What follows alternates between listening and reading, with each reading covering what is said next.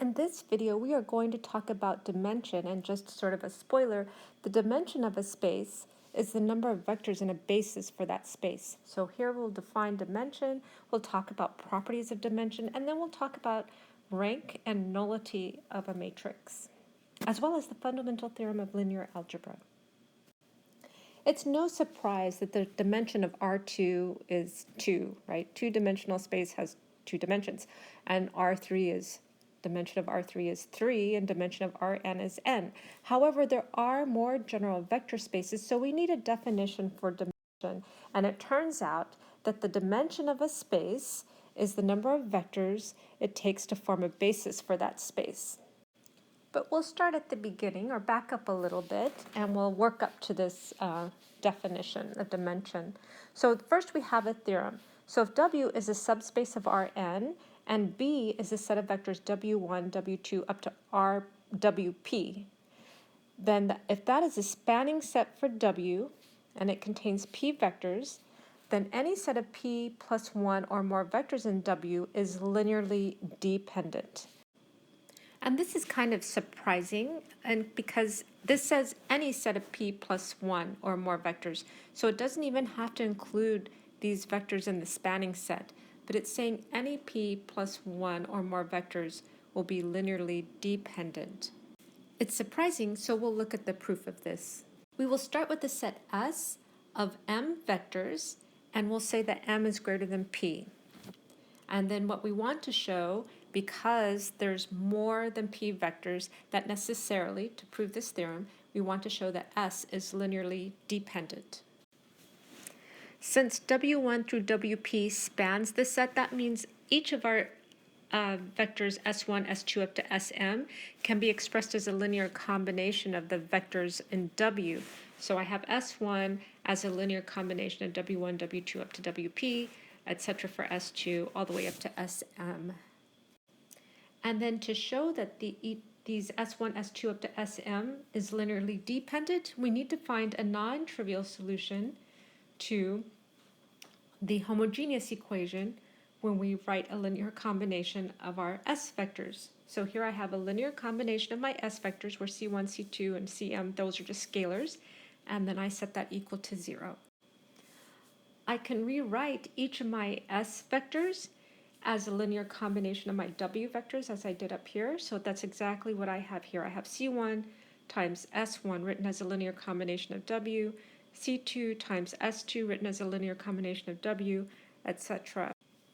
I'm going to rearrange my terms so that I gather all my factors, my scalars that multiply W1, all my scalars that multiply W2, and all my scalars up to WP. So for W1, for example, I have C1, A11, and over here I have C2, A12, and then my last term for W1 I have Cm, A1m. So this is my scale, what I have as a scalar multiple of W1. So what I want to do is solve this equation here so that it equals the 0 vector. And once I solve this equation, I'm basically finding the values of C that will give me 0 here, and those will be the same values of C that will give me a linear combination of my S vectors equal to 0, which will show that the S vectors are linearly dependent. And to solve this equation, that's equivalent to this matrix times my C vector is equal to 0, 0, 0. And since this is a homogeneous system with more unknowns than equations, remember M is greater than P, there is a non-trivial solution. And so in other words, there is a non-trivial solution C1, C2 up to Cm that solves this matrix equation, but it also solves this linear equation here, which shows that S is a linearly dependent set of vectors. The corollary is that if W is a subspace of Rn and B is equal to the set of vectors W1 up to WP, and if B is a basis for W containing P vectors, then every basis for W contains P vectors. And we'll do the proof of this as well. We will start the proof by constructing another basis Q, which will be equal to U1, U2 up to UR. So we're going to have that as an additional basis for W in addition to B. Since Q is a spanning set for W, by this theorem here, that means any r plus 1, there are vectors in Q, so any set of r plus 1 or more vectors are linearly dependent. And since B is a basis, that must mean that P has to be less than R, since as a basis, its vectors are linearly independent. Using this same argument, but switching the roles of Q and B, so we have Q as a basis, and it's a spanning set. Then by this theorem here, the P vectors in B being a spanning set, that means any set of P plus 1 or more vectors is linearly dependent. But we also have Q as a basis, and Q is linearly independent, so that must mean that R is less than P. And now that we have P is less than R and R is less than P, it must be that R is equal to P. So once we have a basis, if one basis has P vectors, then any other basis also contains P vectors, which is good because that's how we define dimension, and we don't want to have different bases with different numbers of vectors in them. And here's the definition. So let W be a subspace of Rn. If W has a basis of W1, W2 up to WP, or P vectors, then we say that W is a subspace of dimension P, and we write dim of W is equal to P. So in this chapter, we focus on Rn, which is why we're talking about subspaces of Rn. But this definition of dimension can be generalized for any type of vector space, not just Rn. So it could be like the vector space of polynomials or vector spaces of matrices that we saw previously in previous videos. And the number of vectors in a basis is the dimension of your vector space. Our first example, let W be a subspace of R3 defined by W is equal to the vectors x such that x is equal to x1, x2, x3, where x1 is equal to minus 2x3 and x2 is equal to x3. We want to exhibit a basis for W and determine the dimension of W. I can rewrite the general form of my vector x as plugging in for x1 is equal to minus 2x3, and then I have x2 is equal to x3, and then I have x3. So that's equal to x3 times the vector negative 2, 1, 1. So in other words, all the vectors of this form can be written as negative 2, 1, 1 times some scalar multiple. So the span of negative 2, 1, 1 is equal to W. And being one vector, negative 2, 1, 1 is linearly independent, so negative 2, 1, 1 is a basis for W, and the dimension is equal to the number of vectors in the basis, which is just equal to 1. Another example, now we'll look at W being the subspace of R3 spanned by these four vectors. U1 is equal to 1, 1, 2, U2 is equal to 2, 4, 0, U3 is equal to 3, 5, 2, and U4 is equal to 2, 5, negative 2. We want to find a basis for W and the dimension of W. And one thing to note right off the bat, since W is a subspace of R3 and R3 can be spanned by the standard basis here, we know that the dimension of W has to be less than or equal to 3. It may not be equal to 3 because maybe W is just a plane in R3, in which case the dimension of a plane is just equal to 2. So we'll have to take a look at this.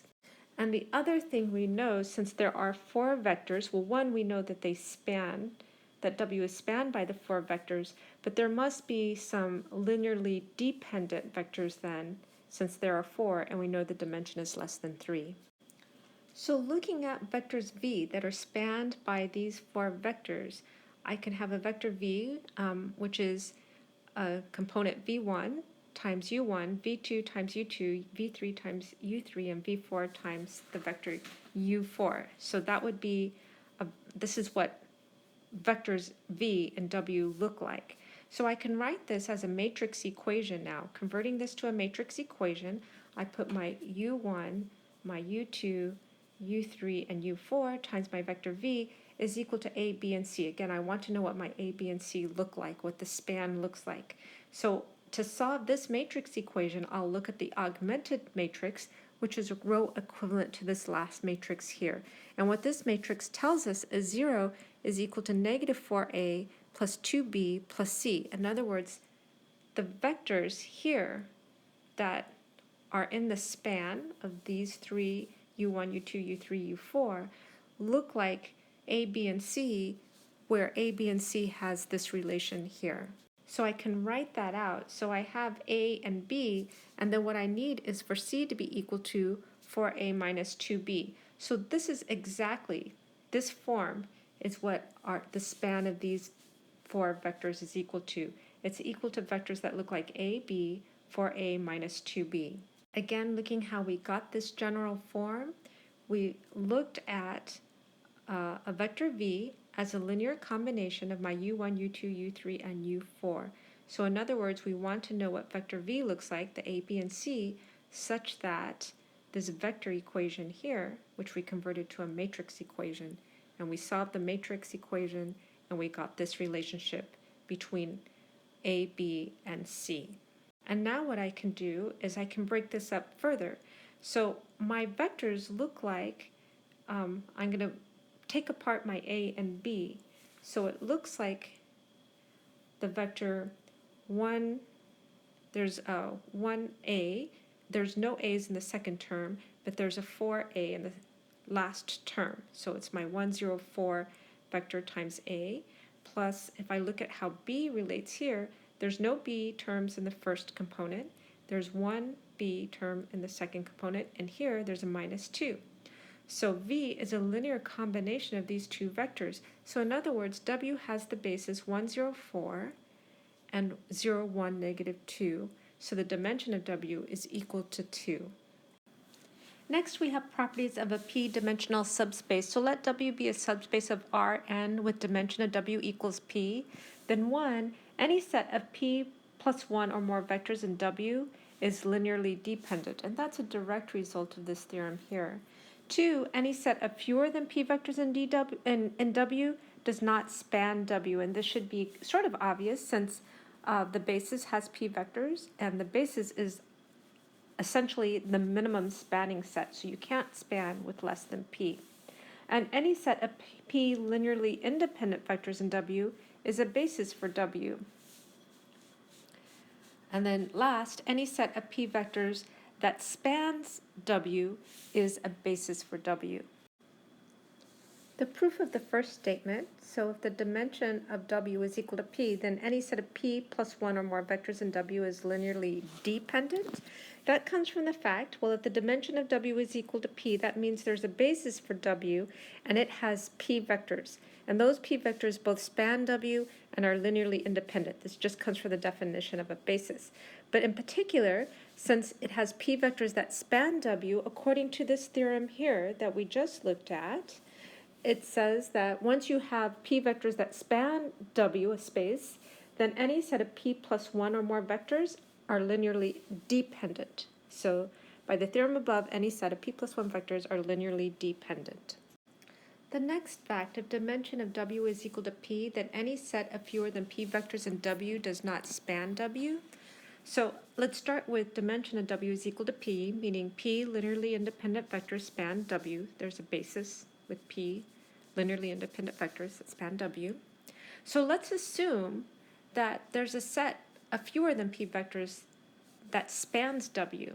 So we're doing this by proof by contradiction. So assume there's p minus 1 vectors that span W. Well, then by this theorem here, that would mean any set of p minus 1 plus 1. That's, if we can span with p minus 1, if we add one more vector, then it says that the vectors will be linearly dependent. So we have p minus 1 that span. If we add one more vector, then those p vectors are dependent. But this contradicts the fact that the dimension of W is equal to p, meaning that there are p linearly independent vectors in W. Therefore, our assumption was incorrect, and there isn't p minus 1 vectors that span W. This next property, again, if dimension of W is equal to p, then any set of p linearly independent vectors in W is a basis for W. So again, we start with dimension of W is equal to p, meaning there are p linearly independent vectors that span W and form a basis. And now we're going to consider p linearly independent vectors. So consider a set of p linearly independent vectors. We'll call them v1, v2, up to vp. And we want to show these vectors span and therefore make a basis. So let's consider some other random variable w in this space, and we look at the set of w along with v1, v2 up to vp. And this set, this combined set, has p plus 1 vectors. And according to this theorem, once you have a set of p vectors that span, which we do because we have the basis, right? Because the dimension is equal to p, that means any p plus 1 or more vectors are linearly dependent. So that means the set w with v is dependent, which means w can be rewritten as a linear combination of the vectors in v. So w can be rewritten as a1 v1 plus a2 vector v2 plus ap vector vp, which means any vector w in this space, w, can be written as a linear combination of v1, v2 up to vp. In other words, the set v1, v2 up to vp span the space w. This last statement, again, dimension of w is equal to p, then any set of p vectors that span w is a basis for w. And this I will leave as a proof, as an exercise. If I had to summarize this theorem, I would say these first two here, any set of p plus 1 or more vectors in w is linearly independent, and any set fewer does not span, encapsulates the idea that the basis is the smallest spanning set. If you add more, then you're going to have a linearly dependent set, and you no longer have a basis. If you take away things from the basis, then it's no longer going to span, and you no longer have a basis. So this is kind of how I think of this. These two here tells me, I think of this as the right number. What's the right number? It's the dimension of w. So the right number of linearly independent vectors or the right number of spanning vectors will form a basis. So if you know the dimensions p, then the right number of linearly independent vectors or the right number of spanning vectors will form a basis. Here's an example. Let W be the subspace of R3 spanned by U1, which is 1, 1, 2, U2, which is 2, 4, 0, U3, which is 3, 5, 2, and U4, which is 2, 5, negative 2. And this was from the last example where we saw the dimension was equal to 2. We want to consider the vectors V1, which is 1, negative 1, 6, V2, which is 1, 2, 0, and V3, which is 2, 1, 6. We want to determine which of the subsets, V1, or the subset V2, or the subset, I didn't ask for V3, okay, well, V1 and V2, or the subset V1 and V3, or the subset V2 and V3, or the subset V1, V2, and V3 is a basis. To start, in the previous example, we found the dimension of W was equal to 2. So that's going to eliminate, for a basis, it's going to eliminate the sets with only one element each. So it eliminates the V1 by itself or V2 by itself, and it's also going to eliminate all three because we're looking for a basis that only has two elements. So these are the three possibilities. And in particular, the subsets with only one element, they don't have enough vectors to span by this property here. Any set fewer than p vectors will not span. And this set where all three vectors are, they're going to be linearly dependent, again, by this one here, the first one, the first property, because p plus 1 or more vectors in W is going to be linearly dependent, so also not a basis. And I'm going to say I'm not going to do this because I'm running out of space, plus I'm lazy. So you can verify that V1, V2, and also the set V2 and V3, as well as the set V1 and V3, these are three linearly independent sets, so all three are bases. Now that we've gone through properties of the p-dimensional subspace, we're ready to talk about rank of a matrix as well as nullity. From a previous video, we had discussed the null space or the kernel of A. So the null of A is equal to x, the vector is x, such that ax is equal to 0. And the range of A was equal to the vectors y that was equal to A times the vector x for some x in our domain. Then from these two definitions, we can get the nullity of A is the dimension of the null space, and the rank of A is the dimension of the range. For example, we want to find the nullity, rank, and dimension of the row space. Dimension of the row space is something we talked about before, but we'll go through it. Of this matrix A, which is equal to 1, 1, 1, 2, negative 1, 0, 2, negative 3, 2, 4, 8, 5. The first thing I did is I row reduced A, and this is my resulting matrix, which I also labeled as B.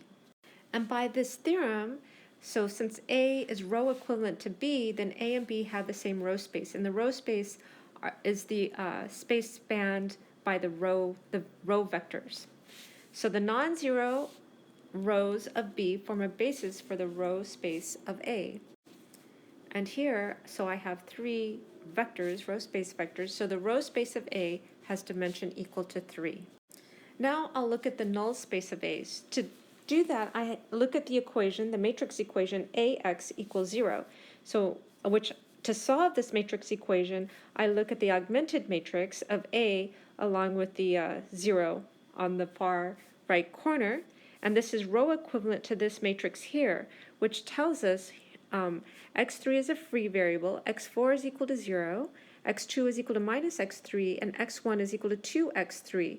So in other words, the null matrix is equal to, and I'm looking at what all this depends on, they all depend on x3, and for the first coordinate, x1, it's 2 times x3. For the second coordinate, I have minus 3 times x3, then I have x3, and then x4 is just equal to 0. So the null space of A is spanned by this one single vector, which means the basis is 1, and the nullity is equal to 1. Or the basis is this one vector, and so the dimension of the one vector is equal to 1, and the nullity is equal to 1. Looking at the range of A, so I want to look at the vectors that result from A times x. So here I have A, here I have my x vector, and that's equal to x1, a1, plus x2, a2, x3, a3, plus x4, a4. In other words, y are all the vectors that are linear combinations of the columns of A. I used one of the theorems we had from a previous example, and I used A transpose. So I looked at A transpose, which is just taking these rows and making them into columns. So the second row becomes a second column, third row becomes a third column, and it's row equivalent to this matrix here. So when I go back to A transpose transpose, I have these three vectors. So my the range is equal to 1, negative 1, 2, 0, 1, 2, and 0, 0, 3. This will form a basis for the range, meaning the rank is equal to 3. And this is an important note. So the row space here, right, is a vector of R4, right? If you look at this, consider each row a vector. These vectors have 4 elements, so they're a subspace of R4. The column space, however, if you look at this, so each of the columns is a vector, the column space is a subspace of R3.